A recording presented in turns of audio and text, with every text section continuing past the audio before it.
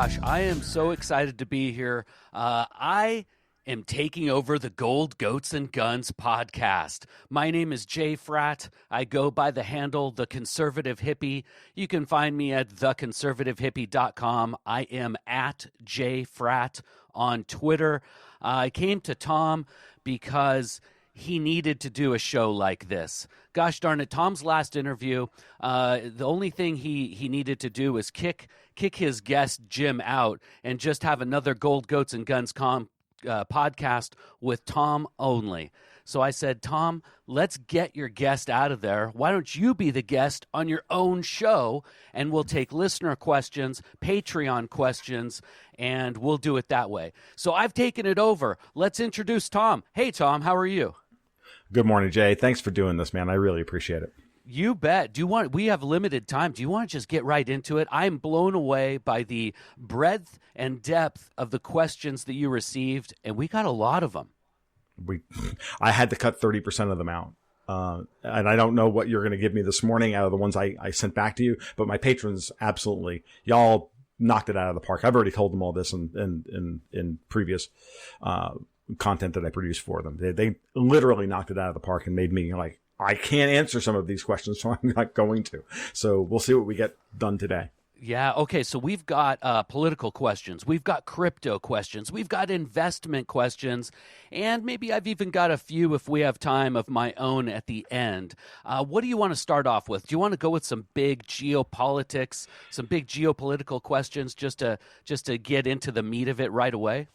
If we need to, we can start there, or when I gave them to you, I thought of it from the top-down perspective, which is we start with culture, and then we winnow down to, okay, so what are the takeaways from this? What are the investment takeaways? You always start wide and kind of winnow down to where the money shot is, which is, what do I do with my money? See what he's doing there, folks? See, I thought I was taking it over, but he's already micromanaging, letting me know he gave me a list in order. All right. So first question, it's about globalism and ideology. All right, now I'm going to read these verbatim, so if there's grammatical errors in there, folks, it's not me speaking strangely.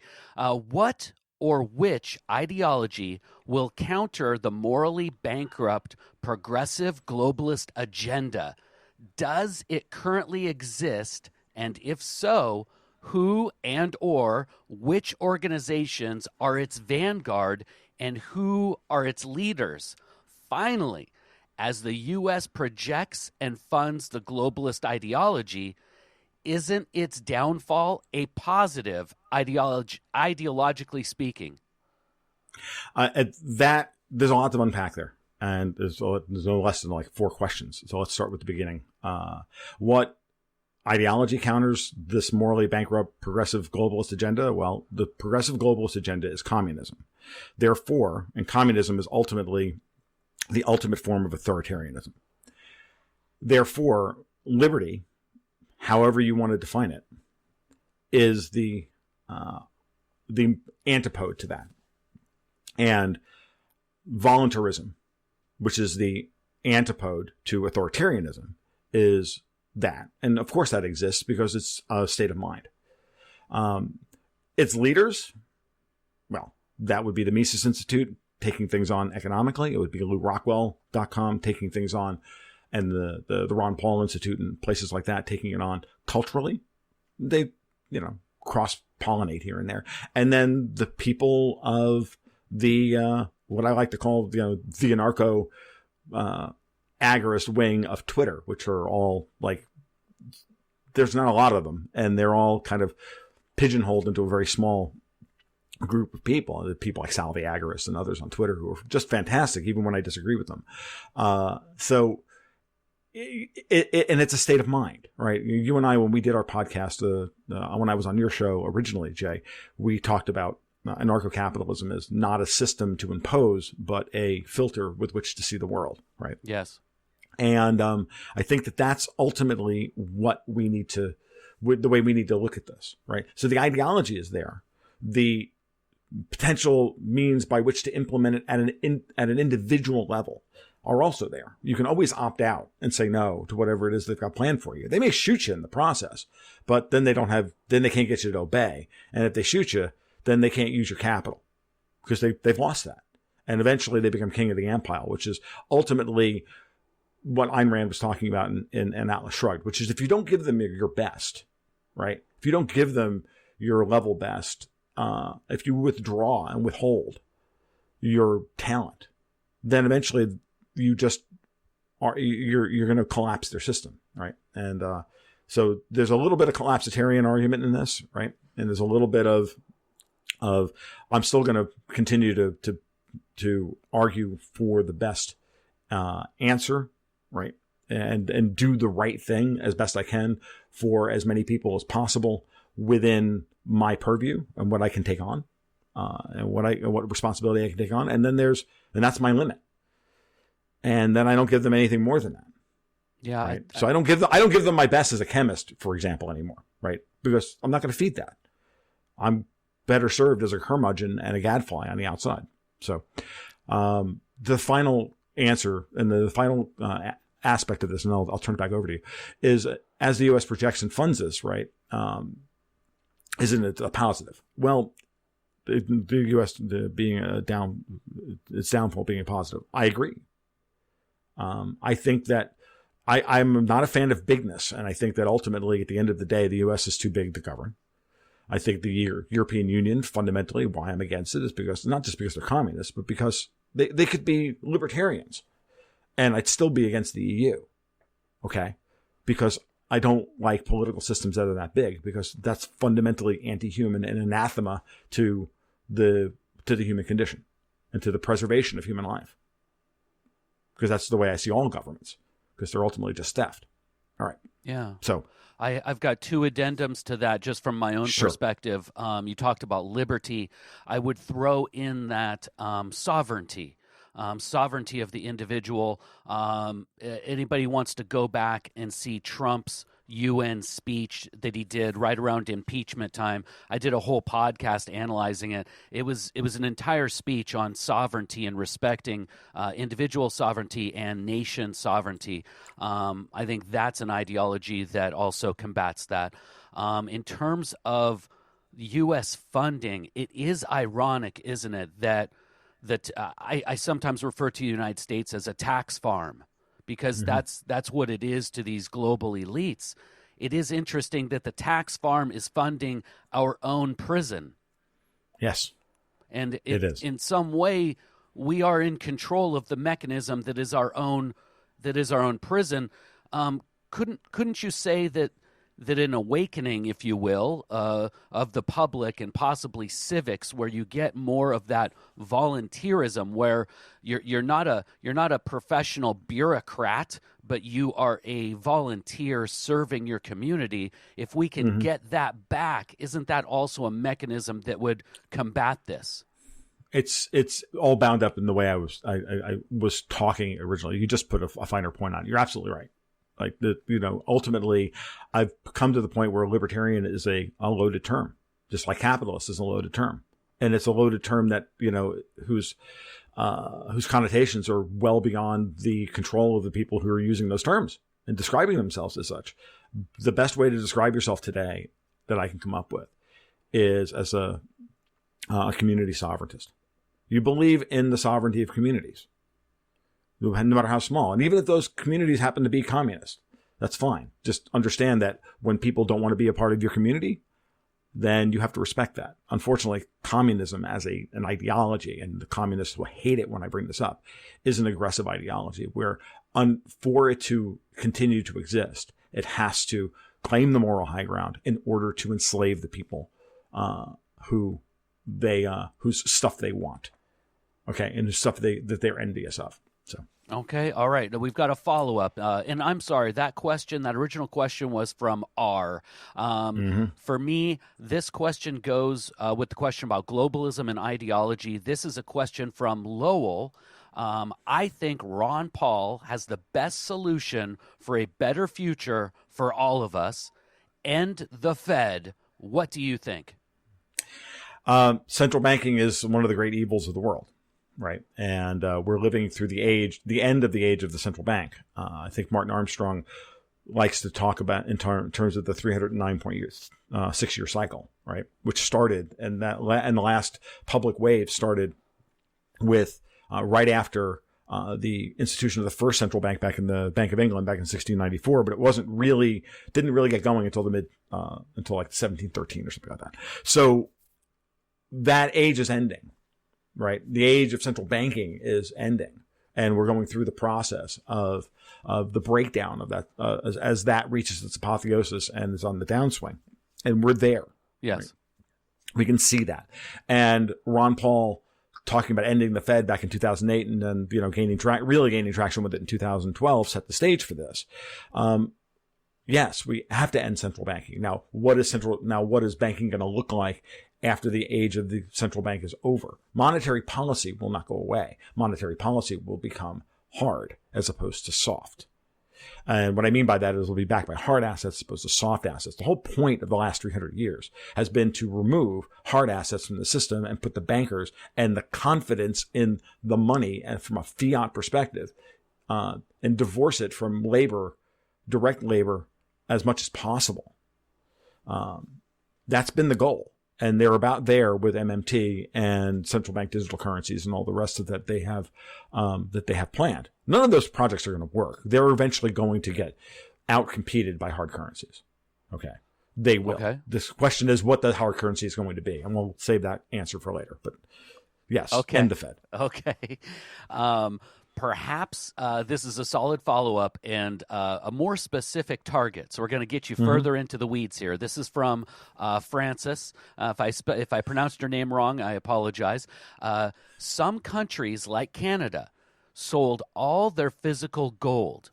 In the event of a monetary rebalance, how do you see the Canadian dollar or currencies in similar situations versus currencies that could theoretically become backed by their country's gold reserves? I think they'll be horribly outcompeted. I'm long the Russian ruble in many ways, because the Russian ruble is more than 20% backed as a level of M2 with its gold reserves. And they've worked assiduously, the Russians have, over the last 10 years to get to that point. And once they got to about 20% of M2, they started backing off on buying more gold. It's almost to that moment. So there's something about current monetary policy theory that, as much as Ben Bernanke, the former FOMC chair, when answering Ron Paul all those years ago and said, well, why do we hold gold on the balance sheet? And Bernanke said, not tradition. He was being flip in that way that only a Northeastern intellectual can be flip. But Ron Paul just looked at him and said, oh, come on, you know exactly why. It's because you can't run a monetary system without it. You cannot run a monetary system that anybody will believe. If you're going to run, a Ponzi scheme like a Federal Reserve, you need to have some way to continue to tell the rubes that, no, really, we have a plan, and we have real assets. No, you don't have real assets. Canada has no real assets. Canada is being sacrificed on the altar of the Great Reset. And he's the altar boy of that is Justin Trudeau. Yeah, and it's amazing if you tie culture in, just to see the kind of authoritarian control that's taken over Canada at the same time. I have so many questions to take us off track. I'm just going to get one out from me. Sure. A little bit conspiratorial, but how do you know? How can you measure? How can you trust what gold reserves are in these different nation states? You're going to take all that on faith. We know that the gold goes somewhere. 3,500 tons approximately produced every year, and we know that 3,500 tons don't go into the private hands, right? Who owns the gold reserves of the world is a good question. But we also know the gold doesn't circulate. And we also know that almost none of the gold that's ever been mined has been lost, right? And we can start getting into Safedine and Moose's stock to flow ratio and why gold is still money and all that stuff. And we'll get to that when we get to crypto, because I'm sure there are good questions about crypto coming up. But there's a good incentive to have some gold. as a central bank. The U.S. won't give up its 8,133.5 tons of gold. It won't, because it knows that at some point, if it has to, it will revalue the dollar at some level versus those gold reserves. What they don't want to do is do it too early or before anybody else does. Like, there's no reason to at this point, right? Let everybody else, debase themselves and peg themselves in their monetary policy based on what the dollar does. But once the dollar is let go, and that's going to happen, the question is, let go towards what? In relation to what is the answer? Is a question that we can't answer today. Oh, I love it. I love how many follow-up questions are going to hit your email box after this show. Right. So, I can't answer that question today, because I've got 2 or 3 answers to this. But ultimately, when you think about it, they're going to hold on to the gold. I don't think that the Fed sold $1 of it. Do I think they leased it out at times to the bullion banks in order to suppress the price? Absolutely. Like, I've been screaming that JP Morgan's been in charge of the gold market for years in terms of using cash settled futures contracts in order to suppress the price of gold. And that's why Bitcoin is so interesting, because they failed to do that with cash settled futures contracts in Bitcoin. Okay. All right. How about a question regarding nation state economies? This is from Dave W. Do you concur with Martin Armstrong's belief that the center of economic power will move to China? As you noted in your morning munchings today, Russia should not be counted out. Your thoughts? Right. So for those of you who don't know, the Morning Munchings is a private blog post I put up on days when I don't publish other things for my patrons. It's a way of me just kind of taking notes on the headlines of the morning. And if the story piques my interest, I write 300 to 400 words about it and send it out to the patrons to chew on. And then sometimes I'm asking them questions, and sometimes I'm just jotting down some thoughts for whatever I'm going to write later in the week or whatever. Do I agree with Martin Armstrong about China moving to becoming the second center of economic power? Yeah, I do. And I'm not saying that because I hate the United States. I'm not saying that because I'm just looking at the numbers. I'm just looking at the situation. And the situation is that we just had a political coup that almost ensures that that's going to happen. We're recording this on the 4th. Supposedly on the 6th, there's going to be, dramatic's going to happen with Donald Trump. I don't think that's going to happen. Okay. I just don't at this point. I'll be happy to be wrong. And if I am wrong, well, this won't age well. But the way this has been handled, right, is so thorough and so complete and so well game planned, the steal, and how it ties into everything that's happening in Europe and the flexing of the muscles by Germany, now having just signed a major trade package with the Chinese, which was rammed through by Angela Merkel very disdainfully of the rest of Europe, 2 days before the end of Germany's presidency of the European Commission, right? Yeah. Okay, so this was all done. The Duran did a good a video on this the other day, and I need to sit down and chat with Alexander Mercouris again.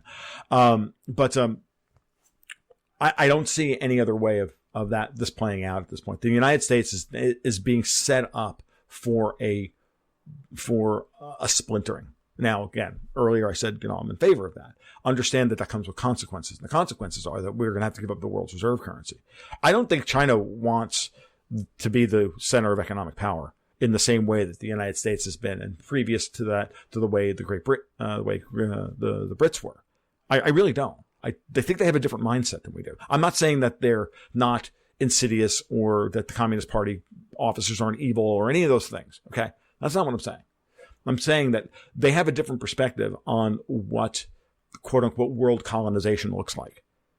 Right? They do things, the Chinese do things differently than white Europeans do. They just do. And so while they may become the center of power, it may be the world's going to look different. Right? Yeah. It's not going to be it's not going to be the Western banking oligarchy imposed, and that system imposed on China. You got to realize it's going to be a much different system. Okay. And it may be a more benevolent system than the one we currently have. I don't know. I don't know if I'm even going to live to see it. Because again, I also don't think that if China is in charge, they're going to be in charge for very long. Very interesting. If I were to interject, I would say I agree with the metrics you're giving, and you can't deny the statistics with China becoming a global power. I think that if we can get control of the United States again and not be a tax farm, but a competitive sovereign country, it seems like that's the best scenario for mankind, is nation states that compete fairly. Oh, I agree. There's no argument there. Now, show me where one person in power right now actually believes any of that. Trump's being thrown out of power. Viktor Orban only controls, 10 million people in Hungary. And Vladimir Putin is caught between the Chinese to the east and the Europeans to the left, to the west. He's near and Putin has to walk away at some point. Yeah. So I mean, I don't see it. I don't see that happening anytime soon. Okay. But by the same token, you realize that as much as China has built something very disturbing, right? I also don't think that China is a monolith that also doesn't have the same internal inconsistencies, tax farming policies, and the rest of it that we don't have, that we have. Yeah. And those systems are not stable. They are only stable in the short term. All systems built on coercion and force are at best metastable. The only pushback I would give again to your answer is there was a word that you didn't use, but you were talking about imperialism. You don't see China with the same imperialism. And what I would push back on that is basically imperialism in some ways is driven by a quest for resources to feed the machine. And I do see China moving into Africa. Sure. We do see, if we just look to our neighbors of the North, Canada, and even in some respects in the United States, there is some infiltration that has gone on the winds of financial backing. So, to your point, they don't necessarily, I think you were trying to say they won't go outside of their borders, but in some... No, I didn't say that. That I did not say. Okay. I didn't say that. I said that if they're going to they're obviously colonizing Africa and South America and Central Asia. They're spending hundreds of billions of dollars. They're spending our trade surplus on quote unquote colonizing the world. The problem here is that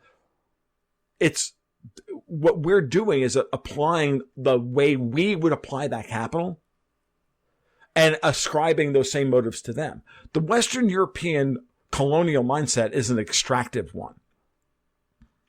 Okay? It's an extractive one. It has always been this way. Be it Portugal, Spain, France, the United Kingdom, or the United States. It's all been built on the same idea. We're going to go in there, we're going to take your stuff, and we're going to give you nothing in return. Okay? And that's what all the post-World War II institutional order was created to do. The World Bank, the IMF, the United Nations, all of that, the OECD, all of those institutions were designed to support that extractive process. This is why, quote unquote, Africa can't get it out of its own way, Central America can't get out of its own way, and South America can't get out of its own way.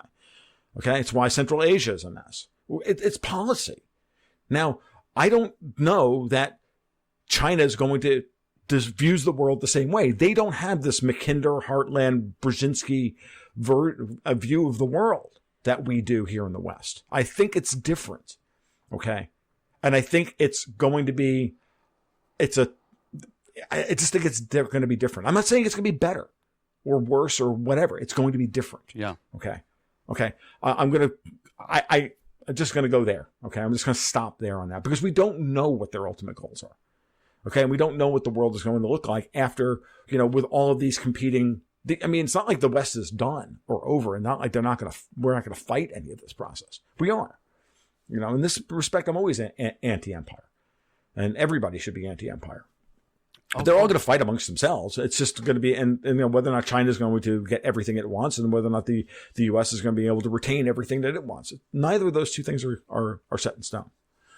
Okay. I've got a question from Hugh. We're Sure. going to move on. I've got a question Sure. from Hugh, and I wanted to point out, Hugh, if you're listening, which I know you are, your question comes with a statement, and so I think you kind of set it up interestingly with your statement.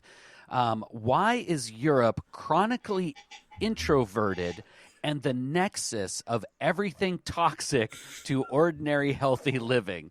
How dangerous is China to the so-called free world? How come the Chinese Communist Party is suddenly Hitler and Stalin rolled into one, and we are all taken aback that this is so? Now, let's start with the beginning. The first question is great. Why is Europe chronically introverted? Oh, that's easy. Communism. These people actually believe in it. Like, when you sit down and talk to French intellectuals and German intellectuals and British intellectuals, they're all communists. It's just that simple. They actually, I mean, communism was dead in 1989, and they could see it coming. So the French intellectuals had to create postmodernism in the 70s in order to keep it going and to keep bamboozling the Western trained left, into believing everything is just all about power. And it's all this toxic postmodernist communist crap, for lack of a better term. And look,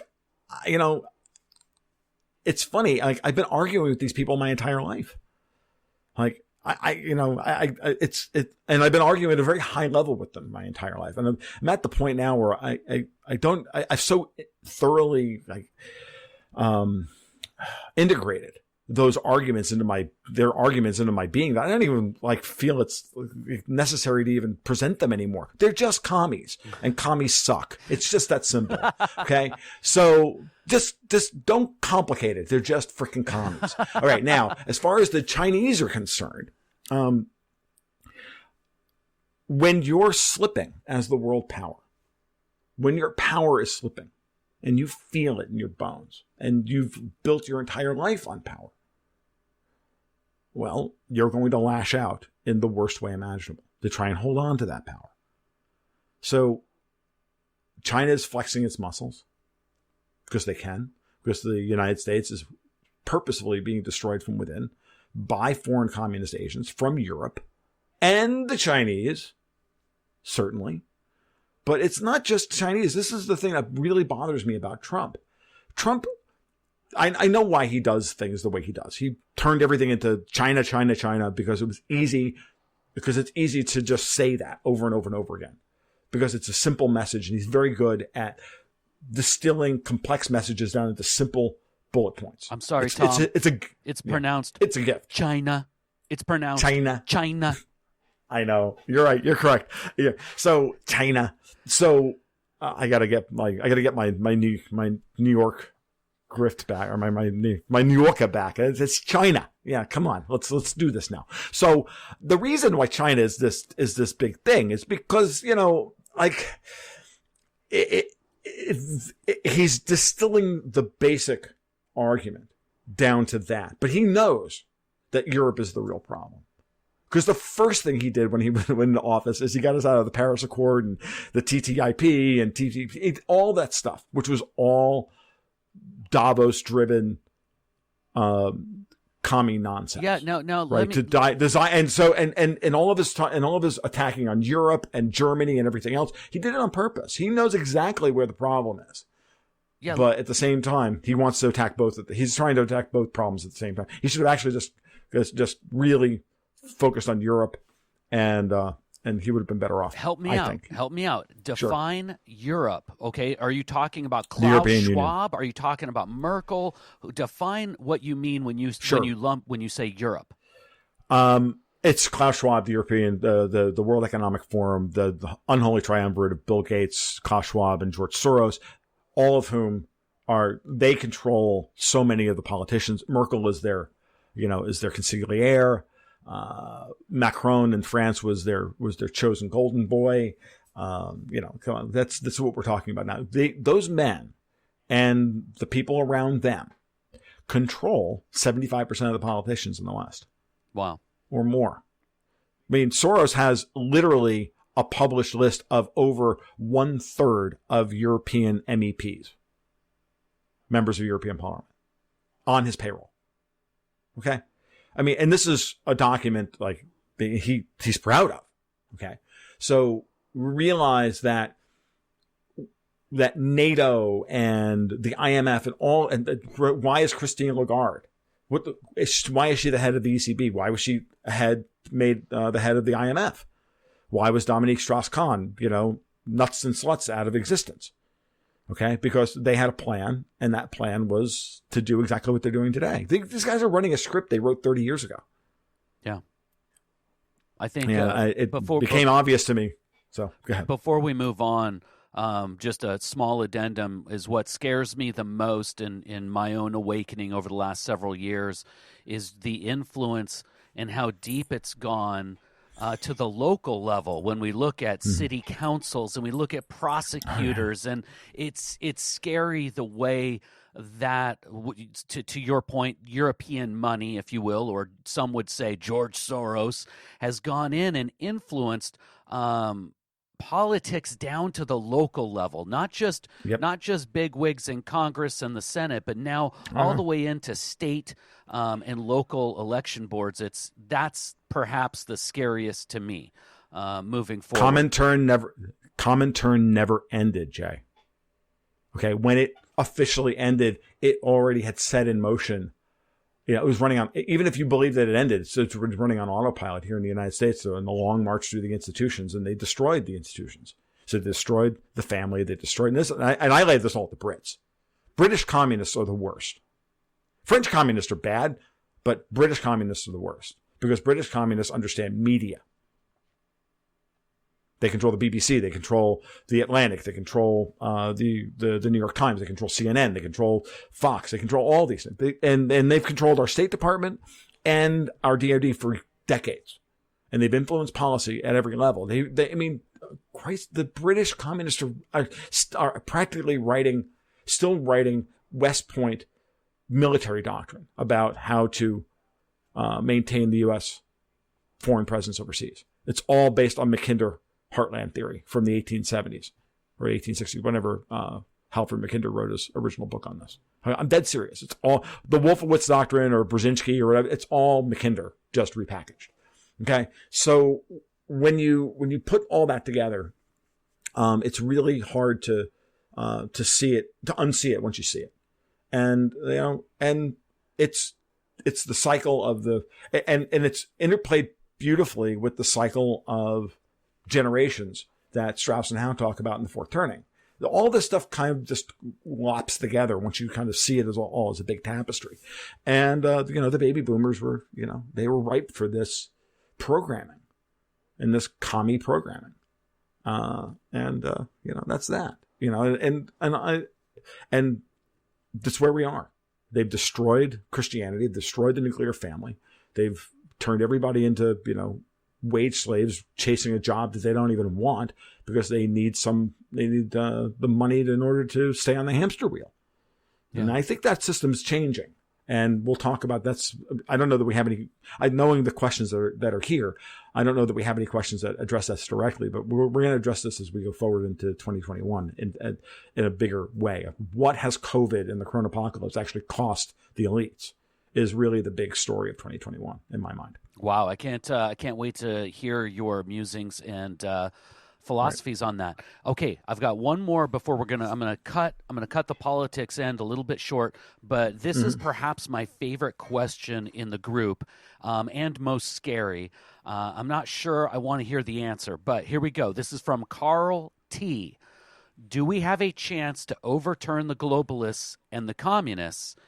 Is a new party in place of the current corrupt GOP possible? In short, can normal, serious, hardworking Americans win this game, or are we doomed to being dictated to by the elites? Yeah, I've been avoiding this question for a long time, and I say this because I don't want to say that I think we're going to fail. I mean, I'm fundamentally as much of a curmudgeon as I am, and as much of a gadfly as I am, and as I only that anger and that frustration only comes from a place of knowing full well that in the long run they're going to lose. Okay, I like to say that, less than 500 years ago, many people on this planet still worship the sun god. Yeah. And sacrifice people to the sun god. And here we are today, having gone through the Enlightenment and the requisite meaning crisis that we've been dealing with in the West for 300 years, right? And I don't want to go too far afield into that because that would take me all day, and I'd probably do a terrible job of translating the work of people like Jonathan Haidt and others, Brett Weinstein and all the rest of them talking about the meaning crisis and where we are today, right? And having been downstream of the lack of culture and purpose that the Enlightenment, in a way, actually intends, right? It didn't mean to do this, but it wound up doing this. And, and so this is where we are. And I'm not avoiding the question now. It's just to understand the background of this, because I see the loss of that as something that's terribly weakening, right? And we can all feel it. And then I look at what happened in Russia under the Soviet Union, and I look at where we are today in the Russian Federation. Today, 30 or 40 years ago in the United States, parents drugged their kids to church. I was one of them. Today, in Russia, the kids are dragging the parents to church. And this is Dr. Steve Turley's stuff. And I don't know if you watch him on YouTube. He tends to annoy me with his sunny disposition. But he's not wrong when I can only take him in small doses, but I think at his core, he's absolutely right. In his perspective on things, to understand that everything comes and goes in cycles. And we have to go through the long, dark tea time of the soul in order to come out the other side a stronger group of people. We're going to have to go through a just unbelievably horrible trial. That's what the great stories tell us. And we're going to be tested to our limits. And it's not going to be easy. And it's going to suck a lot. And I hate to but at the same time, I'm not going to sugarcoat it. When we come out the other side of it, our children are going to build a better world. We have to be the ones that bear the burden today of tearing down the old system and going through and inviting the opprobrium of the existing system. We have to. It's our job as parents. It's our job in the cycle of culture. Okay. So are we doomed? We're doomed to fight. However we choose to fight this system, either by opting out and just finding as small a community as you can and living your life as best as possible, or, forming a third party and, frankly, doing that thing, which I don't think will get us out of this. I think politics got us into this mess, and I don't think it'll get us out. That's why I left the Libertarian Party in 2004. Okay. You don't think I wouldn't be running the Libertarian Party today if I was still there? Oh, because I would be. You'd be running it, Tom. I would have also thrown out all those GOP operatives who I knew their names. Okay. Back in 2004. Okay, I'm going to interrupt at this point because I want to throw in my own little spin. I want to answer his question in a different way, and there's a little bit of hope in that. He specifically asked about the GOP. I really do think that there's a prism that you can there's a lens that you can view this time right now, and the one answer, the one question is Trump authentic? Is he backed by a team? And to me, you do what you say what you do. And Right. To me, the Trump team has done an awful lot that is a complete change. It's a complete reversal of what's been before. And if you just look at how Trump took over the GOP, that wasn't possible in the DNC. The DNC is dying because they did not reform after it became obvious to the world, to the American public, and how corrupt they were. And they did not reform, so therefore that corruption is still there. Whereas within the GOP, Trump came in and the GOP, instead of clinging to the corruption, allowed this infestation to occur, this libertarian wing, this quasi-libertarian wing to go in and take over the GOP. And it has been taken over in a lot of ways, whether you want to say it's going to splinter into a third party or not. Now, I think right now, I'm not with Tom. I think there is still hope that Trump does get another 4 years, and we can see what will happen when we get an administration that represents the people, that fights against these communist pushes, this panopticon that we're staring at right in the face. And to me, it's very pivotal moving forward. So I wanted to throw that out, that I think that we are on a precipice. I don't think it's all sold and done at this point. It really comes down to, do you think Trump and his team is authentic? Look, I want to believe that. I do. I'm not going to argue with you. I mean, I hope that that's the case. I really do.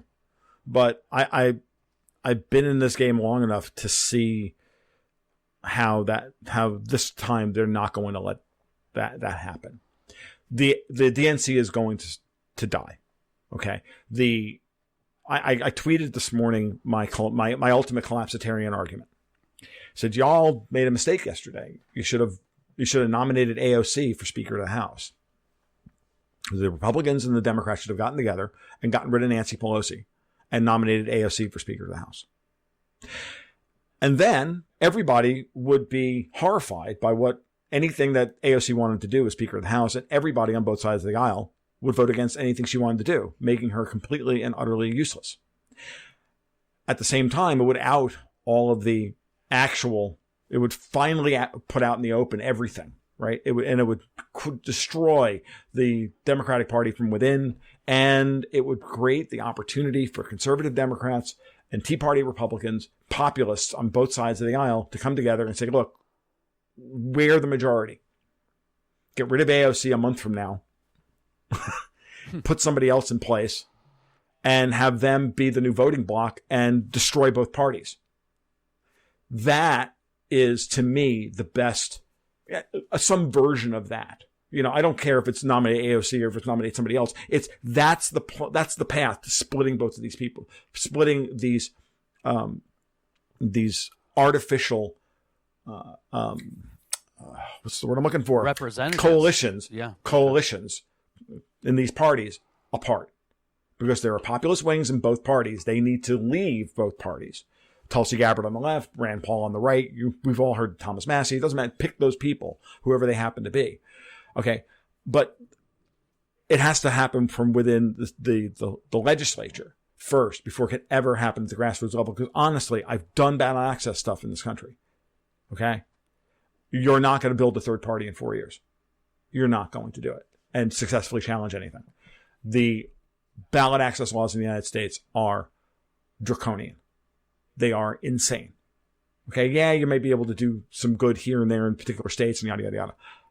It'll take way too long. We don't have that kind of time. So what I would suggest is that if Trump if Trump goes out with a whimper here, then we're looking at the breakup of the United States and all the rest of that. And that's the only way to deal with it. And I tweeted out yesterday, like, I don't want to be associated in a union of states with people who want to create concentration camps over viruses with a 99% recovery rate, i.e. New York. Just the same way that abolitionists didn't want to be a member of a union with people who kept slaves in Massachusetts back in the 1840s, because the original secession movement in the United States was the abolitionists in Massachusetts. And they were absolutely right.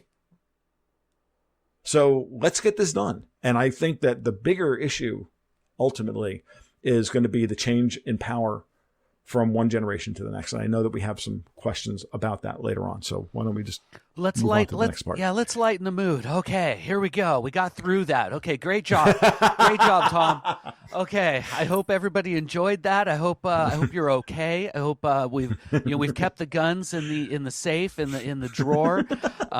Let's move on to some investments. Okay, so we're going to talk about money in the respect of all this geopolitics that are going on. This is from Bruce.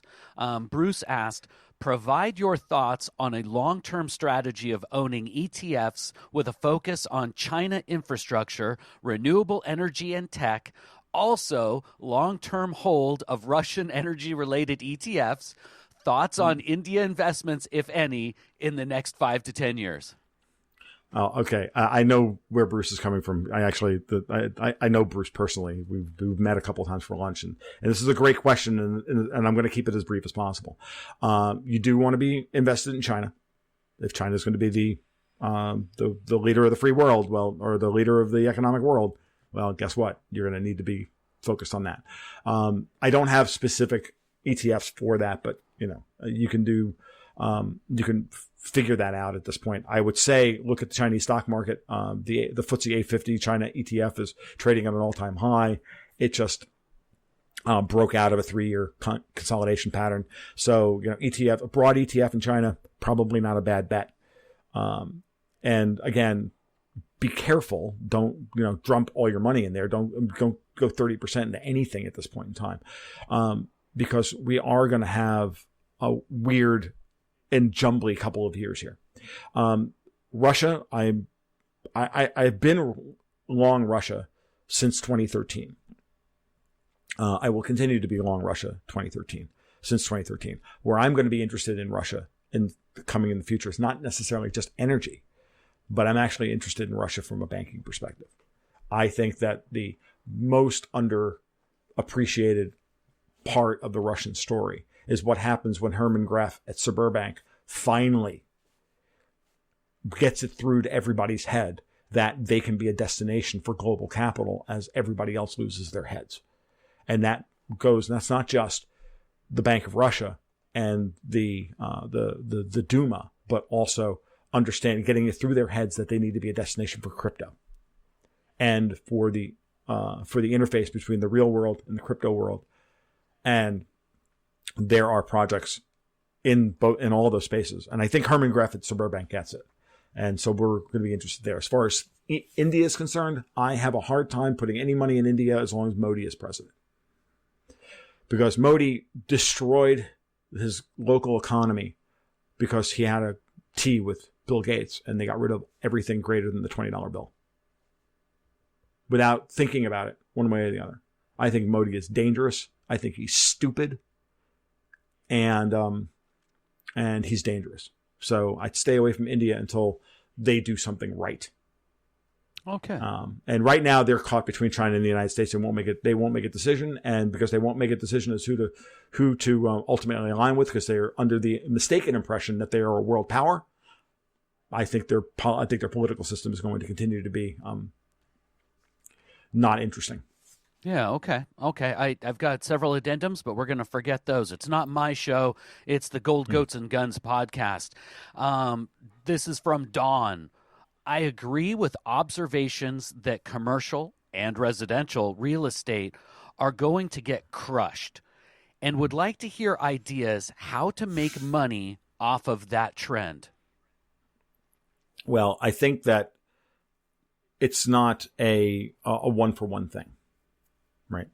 I don't think that all real estate is going to be bad. I think some real estate is going to do really well. I've been telling, and for the newsletter subscribers, they know that I have a couple of positions that we've taken strategically based on this very idea. I think that farmland is going to do very well. I think residential and commercial real estate in states that are not currently locked down and are going to do really well. States that treat capital with respect are seeing a massive influx. I can tell you, I did a Zillow search on my house the other day, and my house's value, which is not a particularly, expensive piece of property, is up 30% year over year. Wow. Okay. So, yeah. Or from Zillow's perspective, and Zillow's about 30% undervalued what I think I can actually get in the market for my house, because it's got it wrong. But that just doesn't even understand doesn't even have a proper listing for my house because of, I can't go into why. But I know why, and it's actually really funny as to why. So there's that. So I would, as far as wanting to short commercial real estate or anything like that, I would just stay clear of all of it and understand that look for yield in non-traditional real estate investment purposes. So I've been a fan of timberland. I've been a fan of farmland. Anywhere where you can pull a yield, even if you have to go into the private placement, area. And this is where timberland, there's very few places to invest in timberland in the United States. That's outside of private placements. There's only a few stocks, and most of them are not particularly good. That's what I would recommend. And I would just stay away from the idea that you can make money shorting real estate. That's not a good idea. Okay. It's just too risky. I mean, even though New York as a concept is going to implode, is already over. So if you want to short New York in some way, there's an investment thesis for you. Short New York. I don't know how you short New York, but short New York. Okay, so long Florida, Texas, short New York. Please offer, this is from Will, please offer 3 top timely ideas for growth income. Thanks! ! Sure. First, timely on growth, crypto. Second, gold. Third, on income. Those are growth. And in the margins of crypto, they're becoming income. As far as yield is concerned, you're going to have to go. There isn't a lot as far as income is concerned. I would get out of government bonds. I think that what's on the horizon, I agree with Martin Armstrong, is that there's going to be a sovereign debt crisis. So now your question is going to be, well, then where do you put your money to try and get some income? Well, there's not a lot of places to get yield in a yield-starved world. I'd stay with AAA corporate debt or AA corporate debt. And if that doesn't mean, it means buying Apple bonds at 1.5%. Because that's your best bet. But you'll get capital appreciation on the bond. You'll get, I haven't looked at the bond yields on Apple's debt at this point, but it's that kind of thing. So there's not a lot of yield. There's going to be some beaten down yield in the energy space with the cost plus inflation that I'm expecting across the board in commodities, from the destruction of supply chains to monetary printing and the rest of it. I think there's some opportunities in beaten down sectors of the energy space. But you have to be very, very careful and very, very choosy. And so, and I've been burned on these, been in the past recommending stocks in the wrong phase of the cycle. So I'm going to refrain from doing that here. But in short, for growth or for income preservation, purchasing power preservation, I think your best bets right now are crypto and gold. Okay, and if I could just piggyback on that, we squeeze the two answers together. If I'm not mistaken, most timberland holdings come with yield, so you could just combine those and throw that. Yeah, I love timberland. I always have. I've loved timberland for 10 years, but you're going to have to go to private placements for a lot of that stuff. Okay. So if you've got the money to invest in things like that, the other thing to look at is again, private placements in non-traditional real estate. Okay. And non-traditional investments, because the public markets are overvalued. The money all flows into there, but you have to figure out where there's money being built. There's money to be made. I know I have a friend who develops, for example, storage facilities for a living. That's what he does. He develops these projects, and they throw off a tremendous yield. They throw off tremendous IRR. So there's investments out there, yeah, I think that's what I would suggest. I think this next question kind of piggybacks on that in some ways. And this is for people that are thinking about their money, investments, things like this. This is from Anti-Termite. That is his name.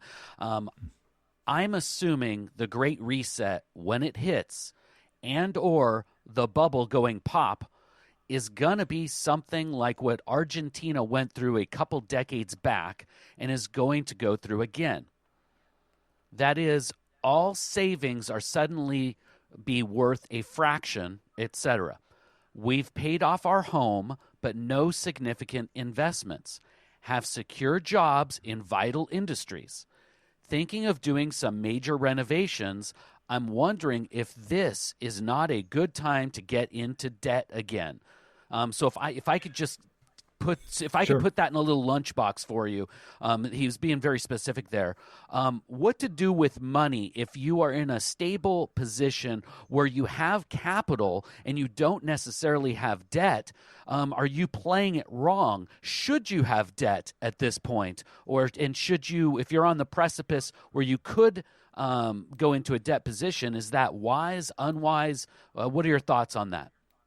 Okay, the first thing I would say is it all depends on what your current savings is, right? If you've got significant savings, and remember, when I talk about savings, I'm talking gold, crypto, cash, right? If you've got significant savings, which doesn't sound in this particular instance doesn't sound like it is, I have a hard time recommending any debt because you won't. It all depends on the debt. If you can get debt at a fixed rate at this point in time, and you are secure in your income, well then rates are unbelievably low. You can get a 15-year mortgage for nothing, right? So you can get a HELOC for, oh my God, less than nothing. I generally tell people to eschew debt, but it depends on your situation. If you're stable, you probably can take on debt at this point and you'll be okay. Understanding I would get fixed term debt though. Don't get anything variable. Okay. Big thing here is just get fixed term or fixed rate, not fixed term, but fixed rate. If you're going to take on debt, know what your cash flow situation is going to be in the future. Never. And then whatever you think you can afford, only take on 20% of that. Okay. I just really feel like this is not the time. I'm in debt destruction mode. Personally at the house, right? This is what my personal, I know somebody asked me a question about how do I view my own personal finances. I just know this, whether that question made it into this list or not. I know that I got a question on this. I'm always in debt destruction mode, but at the same time, I'm also looking at doing some capital investments this year. We put in 5 acres with the fence last year. I'm going to put in an outdoor kitchen and patio area. I'm going to put in a shallow well with a hand pump or possibly with solar panel on it. Little things to ensure that since I live in the lightning capital of the world, that I'm not without power or water for 7 days. Okay. That kind of thing. I think at the beginning we could have just said common sense, because I liked your answers. They all match up with just common sense, conservatism. Just be very conservative with your money at this point in time. Yeah, let's be done with that. Let's get to what everybody's waiting for. We finally hit the hour mark. I'm going to hold Tom here. I'm going to hold him hostage on his own show because we've now got to the questions that he's been dying to answer, and I know you've been waiting to hear. We're going to talk crypto. All right, this is from Dan. Tom, you've said that Bitcoin maximalists are monetary Malthusians. Could you please elaborate? Sure. What's a Bitcoin maximalist? A Bitcoin maximalist is somebody who believes that, the crypto market can be encapsulated within the Bitcoin blockchain or some derivative of the Bitcoin blockchain. And really, it's gone far beyond its original definition. And I know the person to whom Vitalik Buterin threw that original epithet at, and I've argued crypto with that particular person. And he was the original Bitcoin maximalist. And I also know that he understands that Bitcoin has its limitations. That's why they're ultimately monetary Malthusians, in that they are linearists. They are linear thinkers in a world of cycles. Malthus's biggest problem is that Malthus made linear projections of cyclic processes. The world runs on a mixture of the law of diminishing marginal utility, subjective theory of value, and the non-aggression principle, ultimately. Take those three, and they can all really be, and you know, and in the physical space, that's the three laws of thermodynamics, and yada yada yada. All right, so ultimately, Malthus was wrong because he didn't understand that people respond to incentives, and as the incentives rise to produce more food, people will produce more food. Right? And I either support more population or they won't. And if they can't feed their family, then they'll stop having children. He also came up with this idea back during when we were an agrarian society, and agrarian societies needed more children than they need today, which is also one of the problems why Marxism is, a perfectly valid critique of the transition from an agrarian to an industrial society, but not a good critique of a society going from an industrial society to a consumer and information society. Okay, this is part of the reason why the Marxists are wrong. So that's what I mean when I say they're monetary enthusiasts. They really want to just extend the arguments of Bitcoin's dominance well past any rational expression of the law of diminishing marginal utility. And they're making the same mistake that Malthus did. So there you go. Okay, this one is from Eric. I want to know how you think the Bitcoin blockchain will be economically sustainable once there are no more coins to mine. Well, we're already seeing it today. Two things. I don't think that the Bitcoin blockchain is going to continue to rise. I think there's one of the singularity problems with Bitcoin. One of the reasons I'm not a Bitcoin maximalist is because I think that the raw energy input proof of work blockchain is itself a Malthusian system. Like it can't continue the way it is. It's a tremendous waste. It actually gives great voice to the monetarist argument that we shouldn't have physical gold reserves, that all money should be in circulation all the time, pulling a yield off of it, because it's just, why keep hard money stored when that money can be put to use, right? Well, thinking about what you're doing with the amount of energy that you're expending to mine a Bitcoin. Yes. There's a lot of energy that's being wasted there. There are more elegant solutions to how to secure a blockchain from 51% attack than raw electricity. Right? Mm-hmm. There is. And this is part of the reason why I'm a huge fan of Decred. When I finally understood how Decred's hybrid proof of work, proof of stake system works. And I don't want to go too far down that rabbit hole today, just to say that I continue to recommend Decred to people, and more so, the more I understand it and the more its systems mature. Now, that's the first thing. So the second, but to direct it, Eric's question originally is that how is it economically sustainable once there are no more coins? Well, it's built into the blockchain, which is that if we believe that the Bitcoin blockchain has value and we want to secure our transactions on it, we will pay the miner the fee, a fee, to mine that transaction for us. It's just that simple. And we'll pay him for it. The same way you pay, cabbie to take you from your hotel to your airport. You'll pay him to do that service. And the people pay today. Bitcoin costs, a certain amount of money to move, a certain amount of Bitcoin to move on the blockchain. And another reason why I'm not a Bitcoin maximalist is because I do believe that the fee structure in Bitcoin is already too expensive to be used for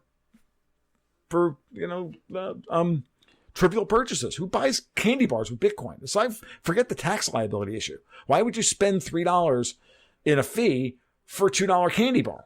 Doesn't make any sense. Mm-hmm. You'd use Dash or something else that cost you a penny, or the dollar where it cost you 7% in sales taxes, right? So there you go. Okay. So I just think that if it's a sustainable system, the market will provide it. Will tell us whether it's going to be possible or not. That may mean that the hash rate comes down because it's not sustainable at the enormous hash rates once they're not mining coins anymore. Okay, those were a couple of little warm-up questions. Okay, now let's get to this question from Carl. It's a bit of a long one. It's about coin competition. So I'm going to read the entire question. He wrote a paragraph, and then I'm going to let you run, Tom. All right. So Carl says, Tom, could I get your thoughts on the shakeout of physical money versus the shakeout of all the various crypto tokens? I.e., at some point in our history, we tried using tobacco leaves as money. We tried salt. We tried shells. We tried big round stones with square holes cut in them.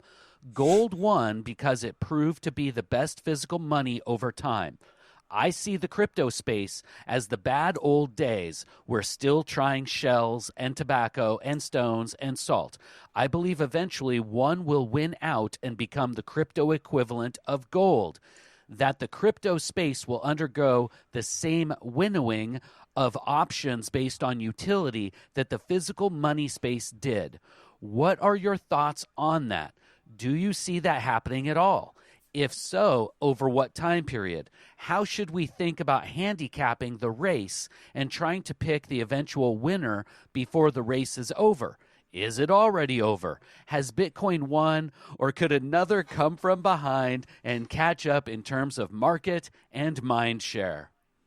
Well, the one good thing about all this is that since I provided you the list of questions, I can read them while you're reading them back. I just want so you know. So I'm going to start with this because Carl's got 8 questions there. Let's start with the beginning. I agree that we're in that period of flux, right? Bitcoin, I always like to say, is alpha code that went viral. It was never designed or meant to do what it's currently doing. And we see that in the way it's having to be forked and this and that and everything else over the course of time, and all the governance issues that it has, or the governance issues that it doesn't have because it has no governance associated with it, yada, yada, yada. So I do believe we're going to get to that point. I think that Bitcoin has a tremendous first mover advantage. And we all know from history in technology that first mover advantage is very powerful. It's huge.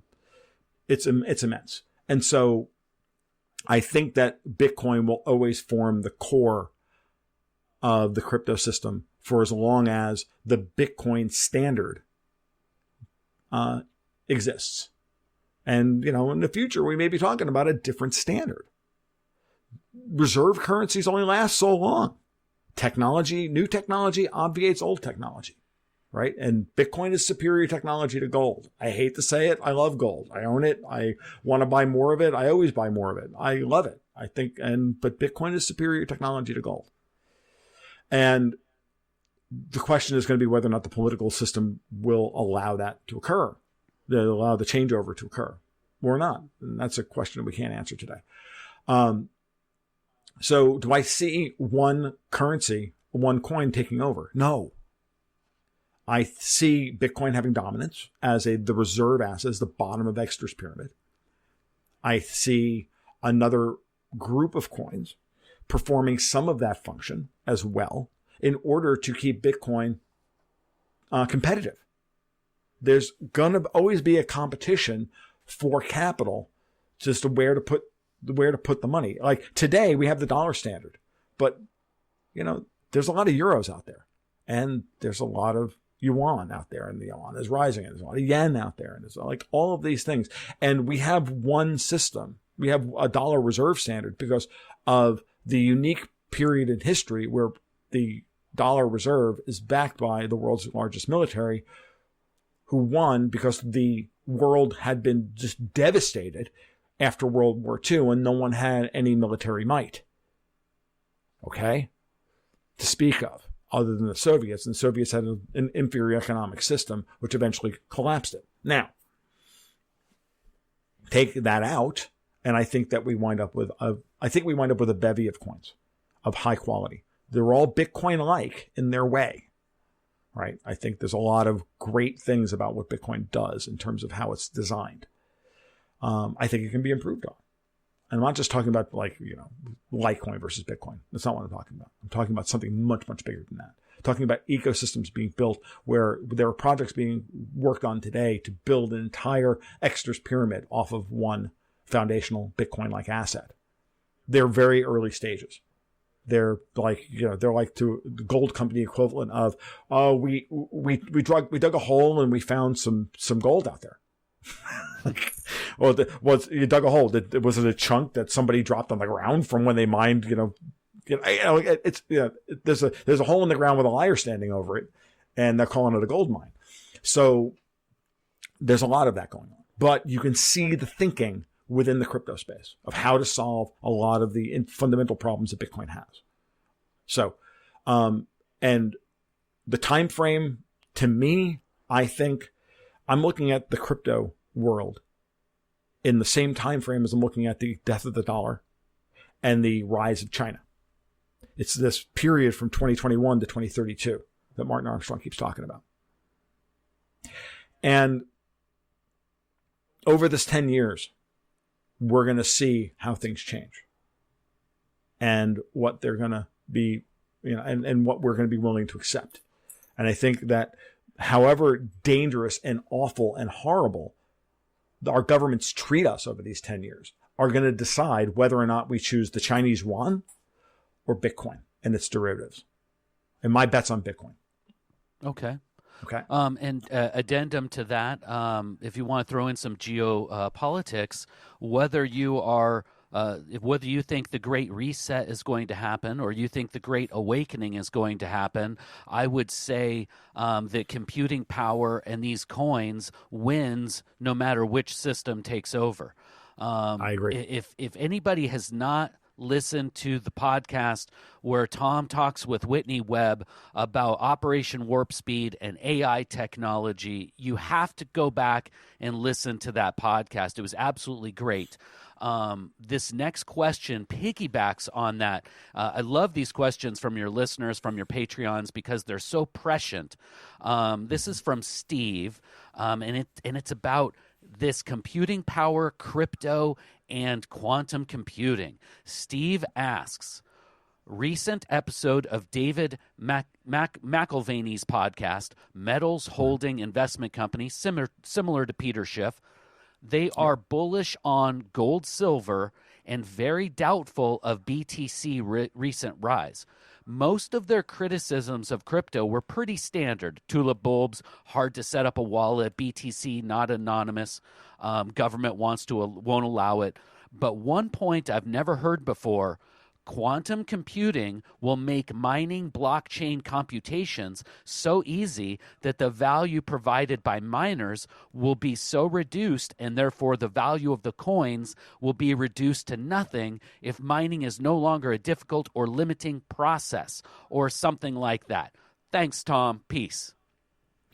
SHA-256 is not mineable on quantum computing. I've already had this explained to me by people who know pardon my French, a fuckload more about cryptography and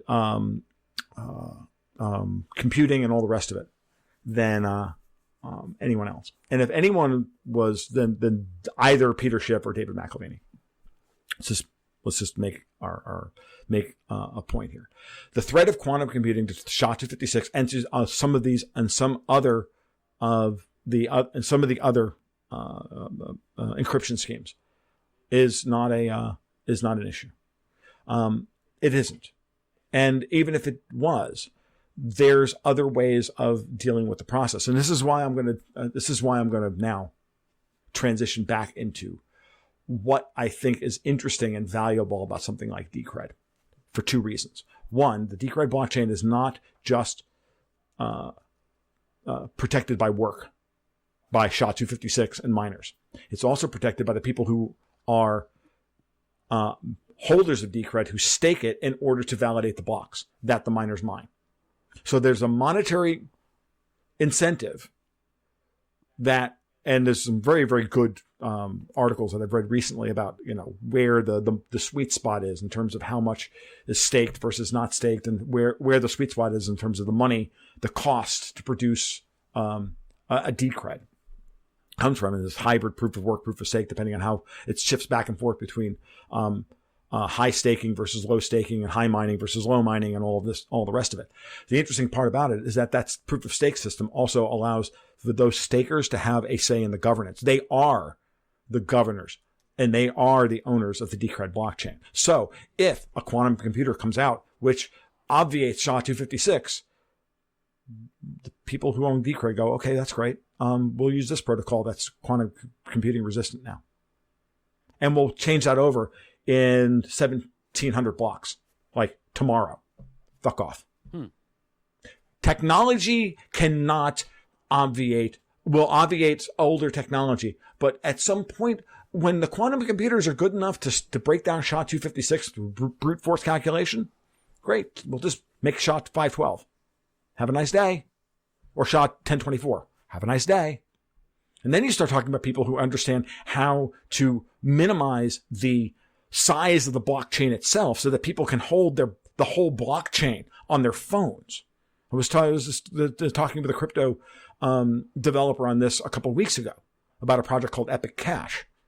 Not a recommendation yet, but something you want to look into. And the way they're going to build, where they're building their blockchain, or where they have built their blockchain, is that they don't build the entire monolithic blockchain. They're only putting into the blockchain the information that's changed. So that if you need to go back through the database to reconstruct everything, you can.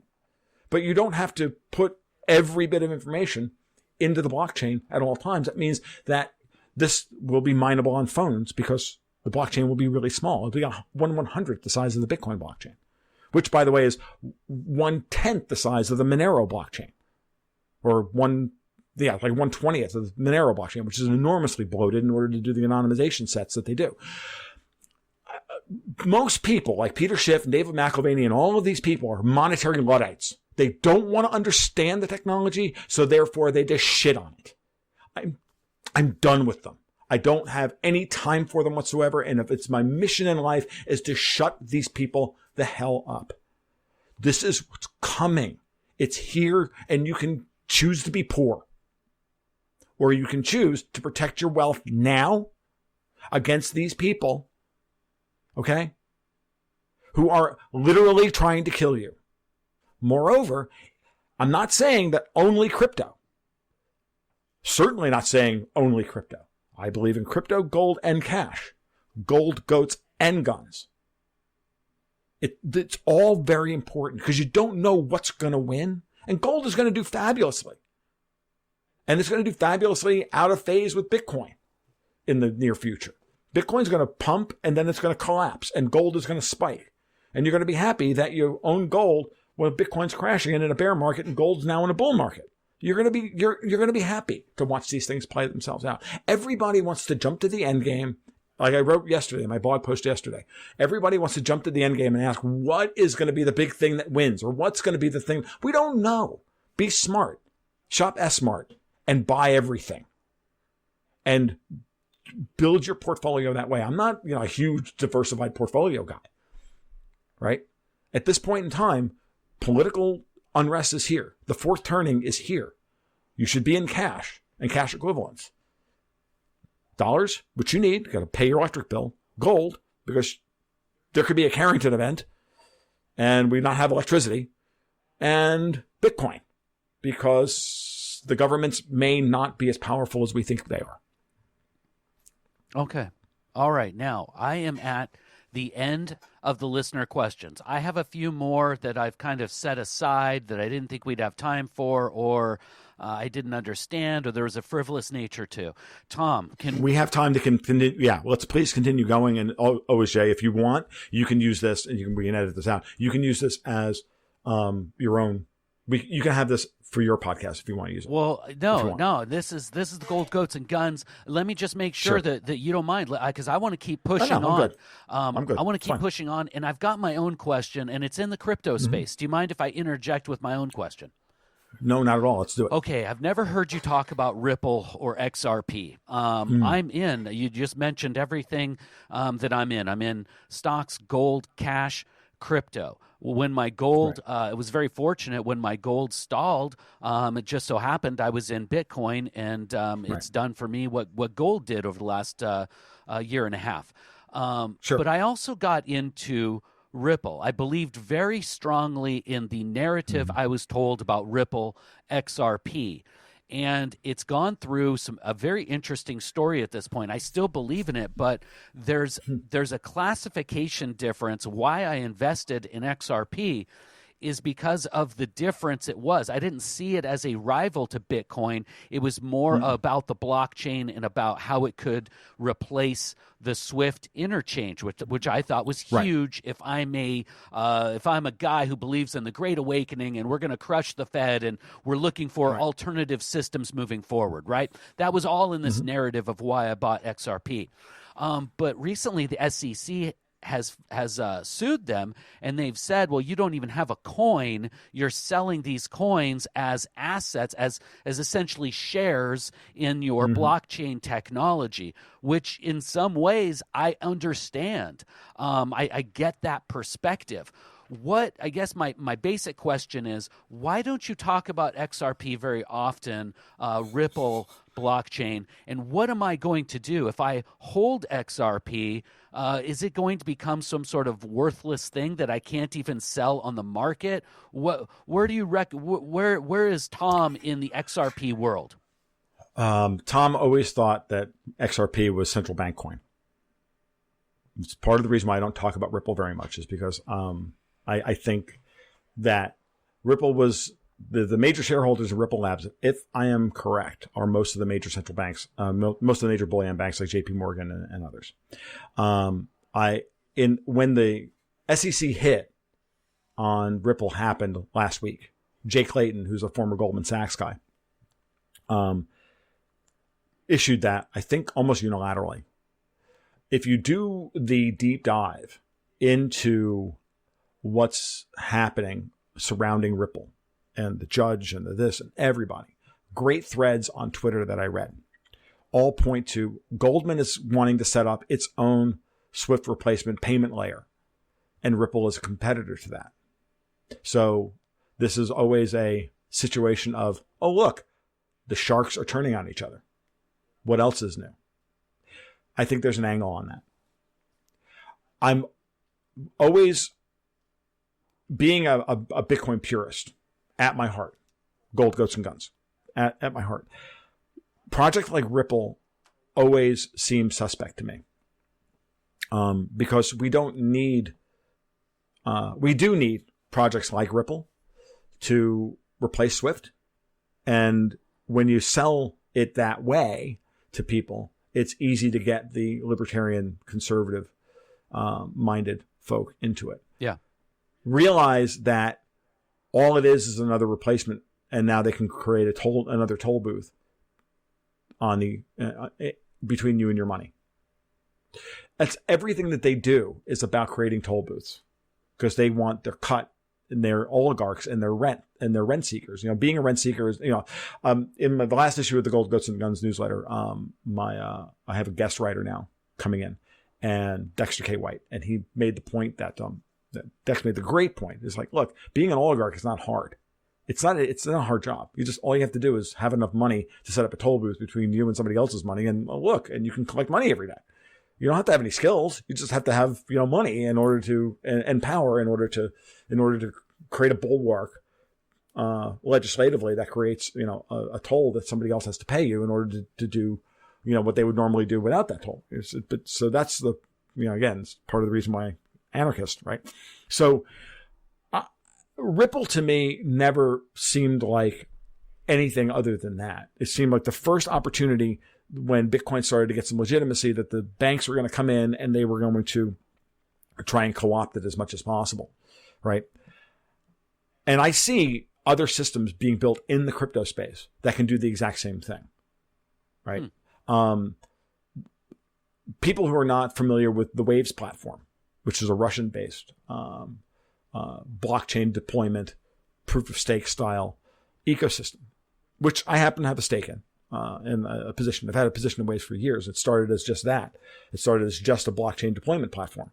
And now it's a full-on distributed Forex, distributed exchange-based system that no one controls. And, and it's still early days, and it's still bolting on new components, new parts, and now the stable coins and that has and everything else. But I'm looking at that going, what do I need Ripple for?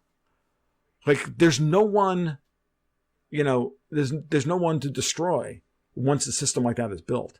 And I'll go back to EpicCash when I talked about it. They're talking about building the exact same thing, a full Extras pyramid with a Swift payment layer built on top of a Bitcoin style 21 million SHA-256, well, actually multi-protocol coin, foundational asset with a stable coin payment layer on top, and. They have a 10-year timeline. I'm like, I bought a small amount of that simply because I like the idea. I sat down and chatted with the developer, and we had a great time talking about all the things that I talk about in terms of distributed blockchain security across multiple blockchains and yada yada yada. So all this stuff.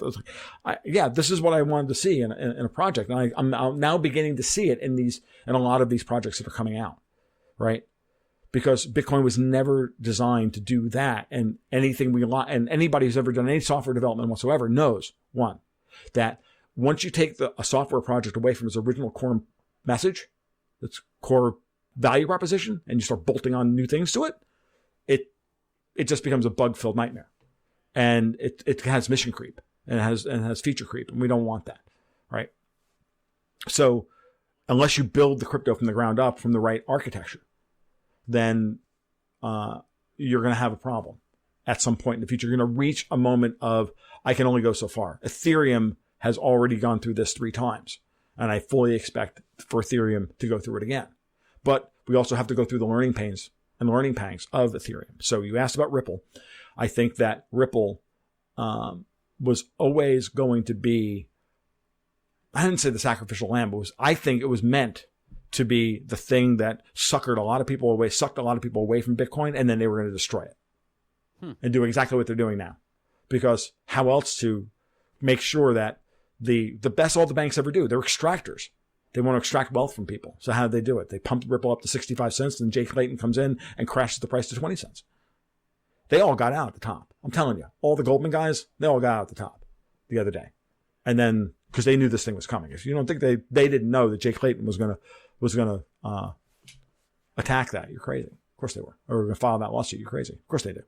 I've read narratives where and it could be propaganda, but I've read narratives where the lawsuit is actually good for Ripple, and it actually makes that one the first mover, and basically gives a legislative stamp of approval. Yeah, approval basically. Oh, maybe I'm wrong. Maybe my take is wrong. I'm fully willing to accept that, and I've cautioned people about Ripple because I'm a Bitcoin purist, right? But let's see what happens. But my question as a layman is more to, if you're holding it, what is that value post lawsuit when it gets taken off of the exchanges? In other words, you just already, if it's you have a real problem. I think you have a real problem on your hands, and I think you should. I would not be a holder of Ripple right now. I think they're willing to try and nuke Ripple to keep the normies from getting onto the blockchain. Like I every time I see this stuff, like they nuked Ripple. 3 days later on New Year's Day, Bittrex cut trading in Dash, Monero, and Zcash because of AML, anti-money laundering, and KYC, know your customer regulation potential problems. And Bittrex is always was the first one to cut U.S. Investors off of their exchange ages ago. I think it was Bittrex. Because, when the new FATCA rules got deployed during the last bull market, during the last, mania in 2017. Look, you can always see that when Bitcoin starts to rise, this is what they do. They're going to up their game. The Stable Act is the thing you should really be worried about. They're going to try and, they know what the real worry is. It's not Bitcoin. Bitcoin's a worry for them. But Bitcoin they can control because it has no privacy. What they're worried about is the stablecoin market. Because once somebody launches a successful stablecoin, now all of a sudden, why do we need $1? We have a unit of account. We have a store value. We have a unit of account, and we got plenty of mediums of exchange out there. You got coins like Dash or others that can move millions of dollars for a penny in a minute. Like, what do we need any of these people for? But what we don't have is a good stablecoin. And I think they're really, really, they're going to be gunning for that. So Okay. I am going to get back to listener questions since we can hold on to you for just a little bit longer. I want to please everyone. Sure. This is from Linda. I'm not sure how to categorize this question. I'm just going to read what she put. Perspectives for boomers to get with the new world. Allow your kids to run their lives. The biggest problem we have today is that the baby boomers won't give up power. Okay. They have to realize that Gen X and the millennials are not a bunch of fuck ups. They are different people, and they're it's a classic example of this is a generation of people who hated their kids in the first place because they were more worried. They were more interested in saving the world than they were in raising their children. And now they don't want to give up their grand dreams of social engineering and building the new utopia. And you're gonna have to get comfortable with the fact that life ain't fair and that your kids have a solution to the problem, and that solution may not be something that you're comfortable with, but that's just the way of things. That's the way of the world. That's what I would suggest. To get out of our way and let us change this system.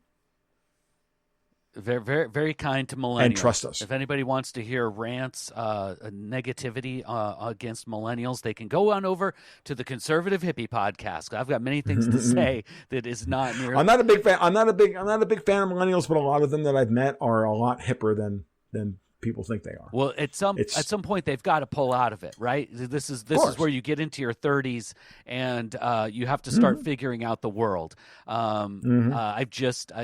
I've spent a lot of time employing millennials. I know I'm very deep into that culture and watching it and trying to understand it. And I'm not so sure they're going to be able to pull up and avoid hitting the mountain. Not certainly where you are on the West Coast. Down here in Florida, they're a lot less. They're a lot more grounded. Yeah, but even the libs, they're a lot more grounded. They want to take on. I know many of them that want to take on the role of the hero, and go out and do the right thing. Well, they just don't know what that right thing is yet. Exactly, and to be taking on the role of the hero sometimes, if you're pointed in the wrong direction, absolutely, it can be damaging. And the one thing I'll say to millennials out there, forget about advice to boomers, you're lost. The millennials is you better be careful because this Gen Z is coming. And from what I've seen from Gen Z, they are far more pragmatic, far more competitive, and they've got their wits about them coming out of the gate. And so you're going to be playing catch up to the generation that's coming behind you, in my opinion.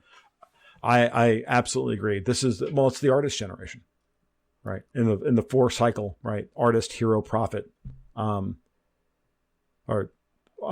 it's artist, prophet, nomad, hero, right? Okay. The Gen X is the nomad, the millennials are the heroes, but the artist generation, they're the ones that are going to run whatever world the heroes are supposed to produce.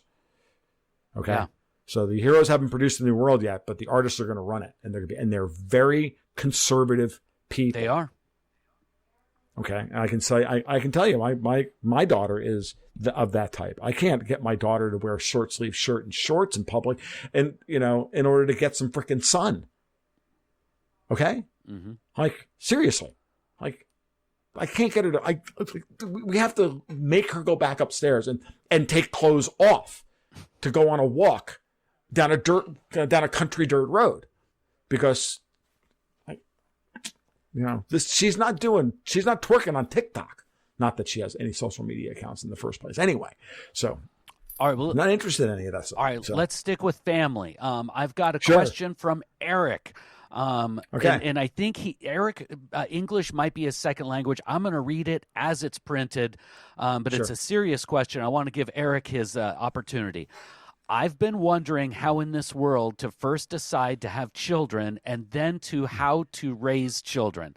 It's different here in Taiwan for sure, but it's not unconnected, and I live and work between here and Japan, U.S. Any advice? Really, I am generally wondering how going forward to start a family as things go the way they are. I'm going to tell you, be very honest. If not for my wife, I wouldn't have a daughter.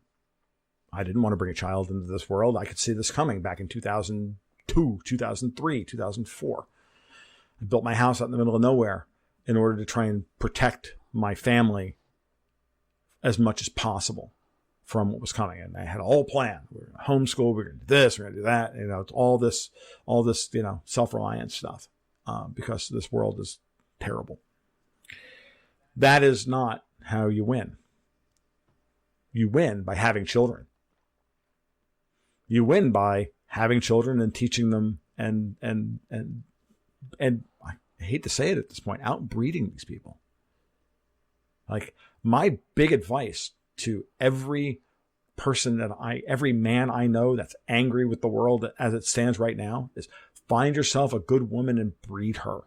I said this to the tour guide down in Mexico last week. He was a millennial tour guide, and I'm like, dude, you're 29, you have a job, find a good woman and breed her. You want a purpose in this life? Children. You will know what to do the minute that child is born, and it will focus you in a way that you have never been focused in your entire life. And there is no process that is more empowering than that. And that's what men were built to do. That's what we're built to do. I don't give a shit what any of these identitarian fucknuggets have to say. Men were built to solve women's problems and to have purpose in raising and rearing children and rearing a family. That's what we're there for. And all these millennial guys that don't know what to do and are watching porn and playing Fortnite, no. Find a woman, breed her, grow up, have some kids.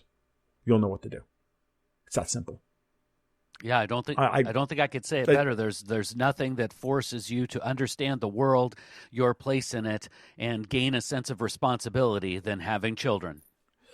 It's, your life at that point is no longer yours, and you're willing to do just about anything to survive, and to provide an example. So, thoughtful men, and Eric's question is well considered. I'm not denigrating I wouldn't have said any of that if I didn't first say that I went through this process. And my wife looked at me and said, if you're not going to have kids, then they're going to win. And I went, okay, you're right. Damn it. Let's do this. And that was that. And now my only regret is that I didn't have more. All right. Ladies and gentlemen, I am giving up the reins. There we go. That was the Conservative Hippie takeover of the Gold, Goats, and Guns podcast. I came to Tom with this idea. Hey, let's get some questions. You love to talk. Let's get somebody interviewing you on your own show. And wow, it really went well. I know Tom was ecstatic from the response he got and all the questions he got. Maybe I'll come back. We'll do this again in 6 months, a few months. I have so many more questions just from myself. I think I should start sending Tom these questions because they might give him good ideas to write pieces on. But that's it for today. Those are the questions we've got. I think we got through it. I got him for 40 minutes longer than expected. So we're winning all the way around. Thanks, Jay. I really appreciate it. It was fun. It really was. Well, there you go. I hope you guys enjoyed that. I know I did. I'm not particularly good with saying goodbye. It's one of those weird things one of these weird deficiencies you have as a human. But I hope that no one whose questions did not get answered, you're offended by that or anything. I had to take some editorial liberties and hold back some of the things and try and create as much of a narrative as possible. Jay went through one step further than that and took a couple of those questions out of the narrative I gave him. And then we kind of tacked them on to the end and got to them at the end. So don't, please, the next time we go to do this, send your comments in and your questions in again. If I didn't cover it directly today, I can always cover it in the future in some oblique way, either in a post or in a market report or something along those lines. I have all the questions I didn't use in my inbox still, with the intention of hopefully getting to some of them, or at least all of them at some point in the time in the future. To understand that content like this is actually a little easier to create, so I don't in any way mind doing it. As a matter of fact, I kind of welcome it. This is your service. It's your time. So if you want this kind of direct access to me, I'm happy to give it. And this to me seems the best format to do so. Conversations are always better. Podcasts, I think, are always better when there's two people involved. I'm going to try and decrement the solo me ranting podcast. I don't think that's particularly as interesting as me trying to learn how to interview people, or at least have a good conversation with people. And as has been noted to me, some are better than others. So it's like everything else; it's a learning experience. That should do. I will put this out to the rest of the world next week as episode 64 of the podcast, for the purpose of showing to the world what insightful and wise people you are, as much as anything else, and to show you the quality of the community that we have here, and that I've helped to aggregate. All right, so you guys be well. You take care. We'll talk next week. We'll talk soon. Something like that. I'm not really sure. I'm not sure how to end this podcast, so let's just do it. Keep your stick on the ice.